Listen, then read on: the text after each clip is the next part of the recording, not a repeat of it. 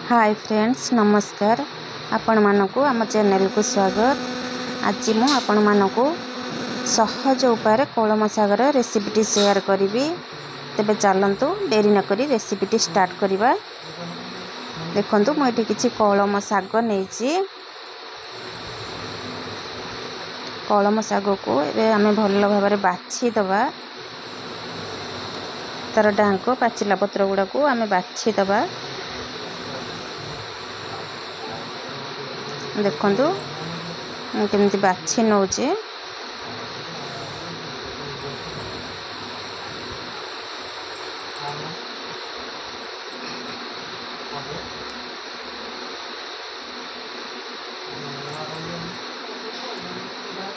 एमती कलम साग को मु भल भाबरे बाछि नेगी एबे ताको धोई के आनली भारी। चलंतु आमे एबे ताको छोट छोट करके काटी नबा।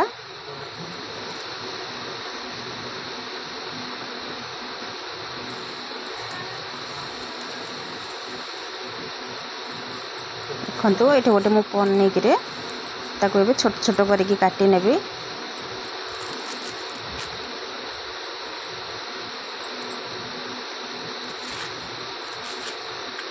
एबे पन्नी रे साग को काटी नौचे।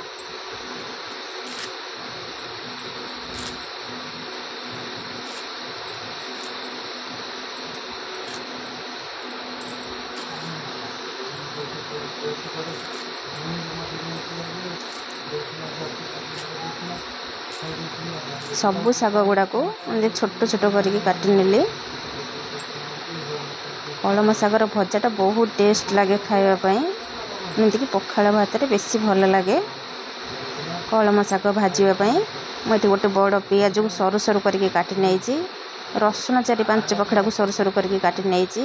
किछि सुखिला लंका आ टमाटो भी काटी के नै जाइछि। चलंतु आबे एबे रोसे स्टार्ट करिबा। गैस ऑन करके आम कड़े बसेबा। कड़े गरम हो गला परे आम रिफाइन ऑयल दबा। रिफाइन ऑयल बदल रे आपण सोरिष तेल भी नहीं पारिबे। सोरिष तेल पकेल ना बहुत टेस्ट आसे सागटा। सेथिरे मु किछि जीरा सोरिष आ सुखिला लंका पके देली। से ଟିକେ भाजी हो गला परे मु पियाज को पके देछि। पियाज टिके भाजी हो गला परे मु कटा रसुण को दे दबा।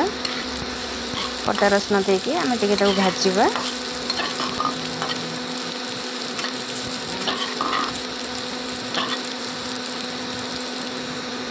ये सब एमती टिके भाजी हो गला परे आम ताको कटा टमाटो को एथरे दे दबा। कटा टमाटो को देके आम किछि समय पय भाजीबा। टमाटो टिके मेल्ट होबा जाए।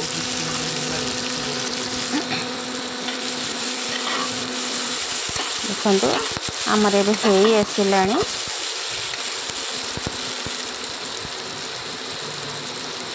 आम एबे साग पके दबा।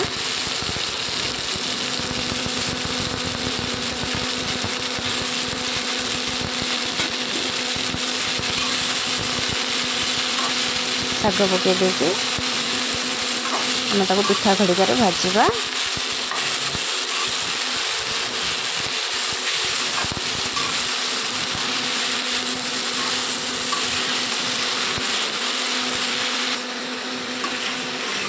आम एथर स्वाद अनुसार लुण पके दबा।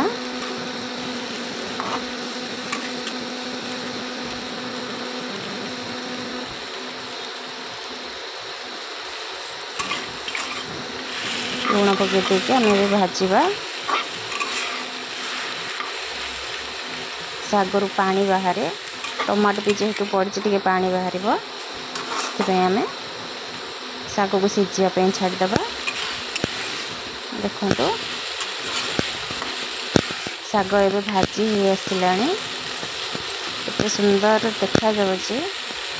आपण मानकु हमर जति रेसिपीटी भल लागि थाए ताले आपण माने हम चैनल को लाइक शेयर एवं सब्सक्राइब करि देबे।